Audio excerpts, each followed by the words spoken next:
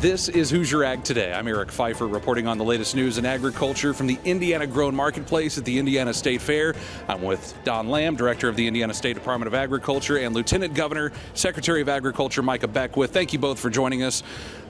First off, let's just talk about this Indiana Grown program. It has come so far in really a short period of time. I remember when I first started with Hoosier Ag Today, pretty small program, kind of in its infancy, and here we are. Yep. A lot of members moving right along, Don. Yep. No, it's a great program. Lots of excitement, lots of momentum.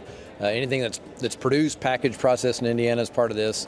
And yeah, we've gone from in the time I've been here, it's been from about 1,000 members up to about 1,700 members, and free to be a member. You just get resources for being a member and kind of join the team.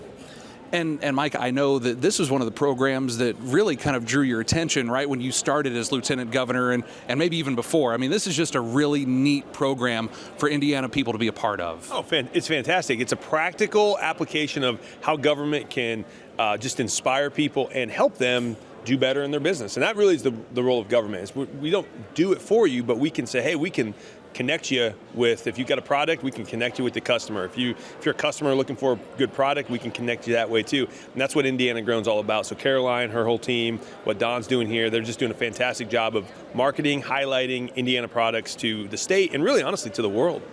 And you're enjoying some milk here today. Yeah. Some great. Yeah, freshly dairy. I mean, this is good stuff. Yeah, out of Liston, and it's the best chocolate milk I can honestly say I've ever had. It's really good. And you know your dairy products. I do. I am not adverse to calling out bad dairy products because I lived that world for many years. So I want premium, only the best dairy, and this freshly milk is fantastic. So. Well, so Don, here at the Indiana State Fair, it's kind of the opportunity to put all of these Indiana grown products in a showcase that folks can come enjoy. Well, that's what this is. The Super Bowl of Agriculture for 17 days here in Indiana, and you're going to see a lot of things that have to do with agriculture production, livestock especially, but the history of livestock or the history of the Pioneer Village, and then you put something like Indiana Grown as a piece of that, and it really is just part of the whole puzzle as it comes together. And it's such a great 17 days of summer here in Indiana. And just talk about some of the things that are around us. I mean, the options here are really incredible. Oh yeah, you've got everything from honey to meat products. You've got some craft products. You've got things made out of wool. Anything that can be produced, people are creative and they've figured out ways to do it. Potato chips. We've got caramel, apple, cinnamon, donut flavored candles. Wow, how do you do that? and I know you've already been making your way around too here to check everything out. If you recognize, Eric, I smell pretty good. Well, that's because there was some cologne over there. That's one of our great Indiana, producers made, and there's a tester, and I sprayed it all over me. I was like, this is great. I got, Don's backing up because. But there's everything here. We have over 110, products, and I think producers that are going to be in this little booth here. I shouldn't say little, it's a big booth. So if you're coming to the State Fair, come to the Indiana Grown booth, check out all these amazing products. You're not going to leave empty-handed. All right, let me be the one to bring the mood down a little bit, okay? Here we go. You can't do it. We've been talking about for a while now the budget cuts and everything else has been hitting not just ISDA but the state government on the whole. Indiana Grown is one of these programs that I really enjoy. I know you guys really enjoy. What is the future of Indiana Grown in this climate? Mike, I'll ask you first. Yeah, I think it's healthy. I think we're not going to lose something like this. This is a really common sense government, business, private, public partnership, and those things we want to inspire those. I mean, that's the government has a tendency in this environment to pull back on things that only it's doing. But when you can bring private sector into it, it's a totally different conversation. Legislators love it. I know the governor loves it. I love it. This is going to be here to stay for a long time. And to that point earlier, Don, you said over 1,700 Indiana producers, people in sales, making something, trying to get their products out to the world.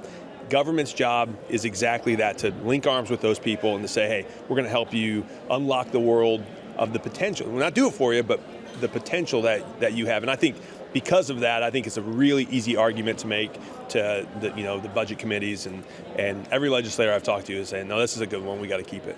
Yeah. I would just say, too, whenever you have budget cuts or constraints, it makes you prioritize, and it really makes you think, okay, what's really important, we're going to do that first. And in the future, you might build something back up because you recognize that value.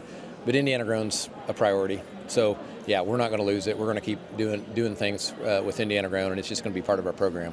And I know that the staff, tiny but mighty, really. I mean, this is a great staff that pulls this off. It's a fantastic staff. When you take 2 or 3 people that drive the bus, and then in the Department of Ag, it's really great because we'll get everybody to come in and volunteer. We get our soil conservation folks to come in and volunteer. We get our grain buyers and warehouse licensed agency people to come in and volunteer because everybody likes to be a part of Indiana Grown. It's just fun. Guys, thank you so much for doing this, and enjoy the fair. It is really the best 17 days of summer here. This is your first one here, Mike, as Lieutenant Governor. I mean, this is kind of a big deal. Oh, it's huge. The governor and I just kicked off the pork breakfast. It's, as an executive team, it's our first one kicking that off. Obviously, I've been to the state fair many times before, but just in this capacity, I'm excited to be able to, I will see things that I maybe otherwise wouldn't have been able to see. And I think it's just going to be a great 17 days. And because of, great people like Don and his team, Cindy and her team, the fair board, I mean, they're just doing a fantastic job. And we really do have one of the greatest fairs in the entire country. Iowa, they've got something to say about that, but I think we're toe to toe, right, Don? I mean, we can take Iowa. Bring it on, those guys. Yeah, those Hawkeyes. Give me a break. So. August 17th. That's the last day of the Indiana State Fair. You need to get here before then. Closed on Mondays, but when you are here, visit the Indiana Grown Marketplace. So many things that you can find. I'm Eric Pfeiffer, Hoosier Ag Today, Indiana's Farm Network.